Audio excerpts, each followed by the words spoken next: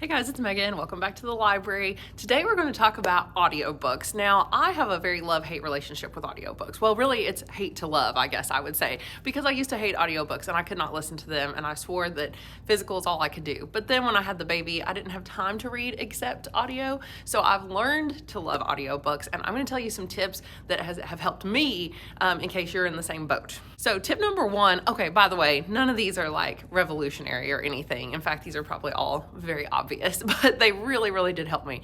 The first thing is I don't pick super long audiobooks because I feel it's like a daunting task to listen to a, 20-hour audiobook or 30-hour audiobook or something. I really, really like 8-hour, 10-hour books.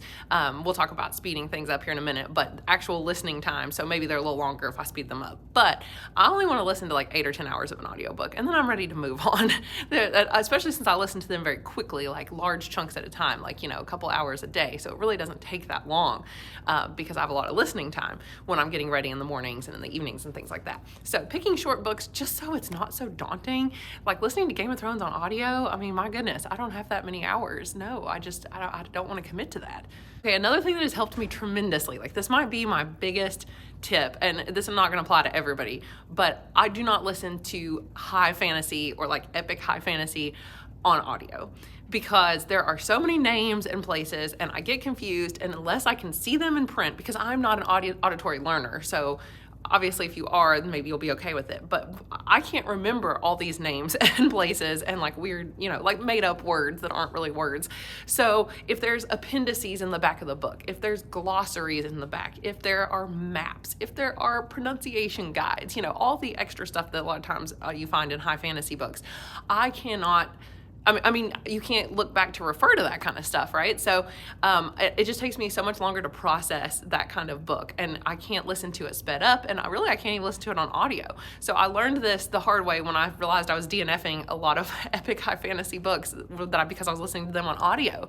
I DNF'd City of Brass, and I think I would really like City of Brass if I actually read it physically. So right now I'm reading Ruin of Kings by Jen Lyons. It is so complicated, like not even just the pronunciation and all that stuff, but also the fact that some characters are other characters, but they switched bodies. Some people are other people reincarnated and then they switched bodies. You don't even know who's who. Like everybody is also somebody else. It's so complicated.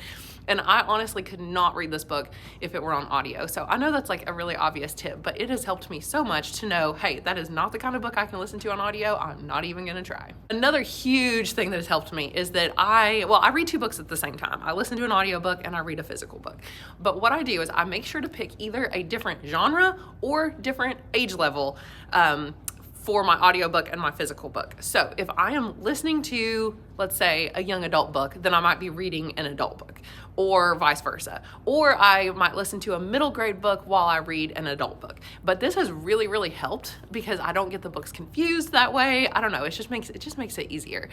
Speaking of that, I really like to listen to young adult and middle grade on audio, I've discovered. Now, I've not even read very many. I've read like 2 middle grade audiobooks, so it's hard to say that that's a trend, but I've listened to a lot of young adult books on audio, and they're so much easier because they don't involve much processing. They're not very complex compared to some like adult books. So they're just easier to listen to because a lot of times you're multitasking when you're listening to an audiobook, so it's so much easier to multitask when the book you're reading isn't as complicated. It doesn't have complex themes or a lot of stuff to remember or a lot of stuff going on or whatever. So I do try to prioritize middle grade and young adult on audio, but I will still listen to adult books, but like I said, they're just not going to be like epic high fantasy. So I do try to read different genres or different age levels, so different genres, like I might be listening to a mystery while I'm reading a fantasy or vice versa, or back in the fall last year, I listened to some horror books on audio while I was reading fantasy in, real life. So that is, I say real life, it's still real. I mean, like, an actual book. So those are just some really, really basic tips. Obviously, that's nothing too extraordinary or complicated. As far as reading speed, I will just mention this very quickly. It's different for everyone though, so it's really I can't really give you a tip about reading speed, honestly. I listen to books at 1.5 times speed. I've realized that cuts out the pauses between sentences, so you don't have to wait forever for the reader, the narrators, to start the next sentence, because a lot of times they do have a long pause between those sentences.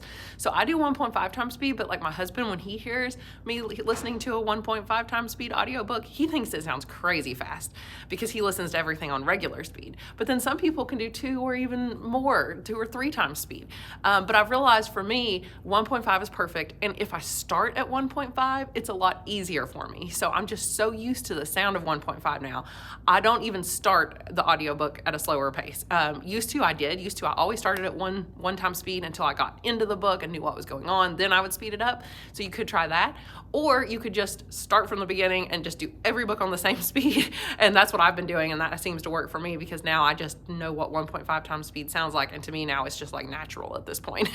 And obviously it depends too on the speed of the actual reader of the book. If they read a little faster or slower, you could speed it up or slow it down. So anyway, those are some really, really basic tips, and hopefully you will find something in there that helps you. So thank you guys so much for watching, and I will talk to you again soon. Bye.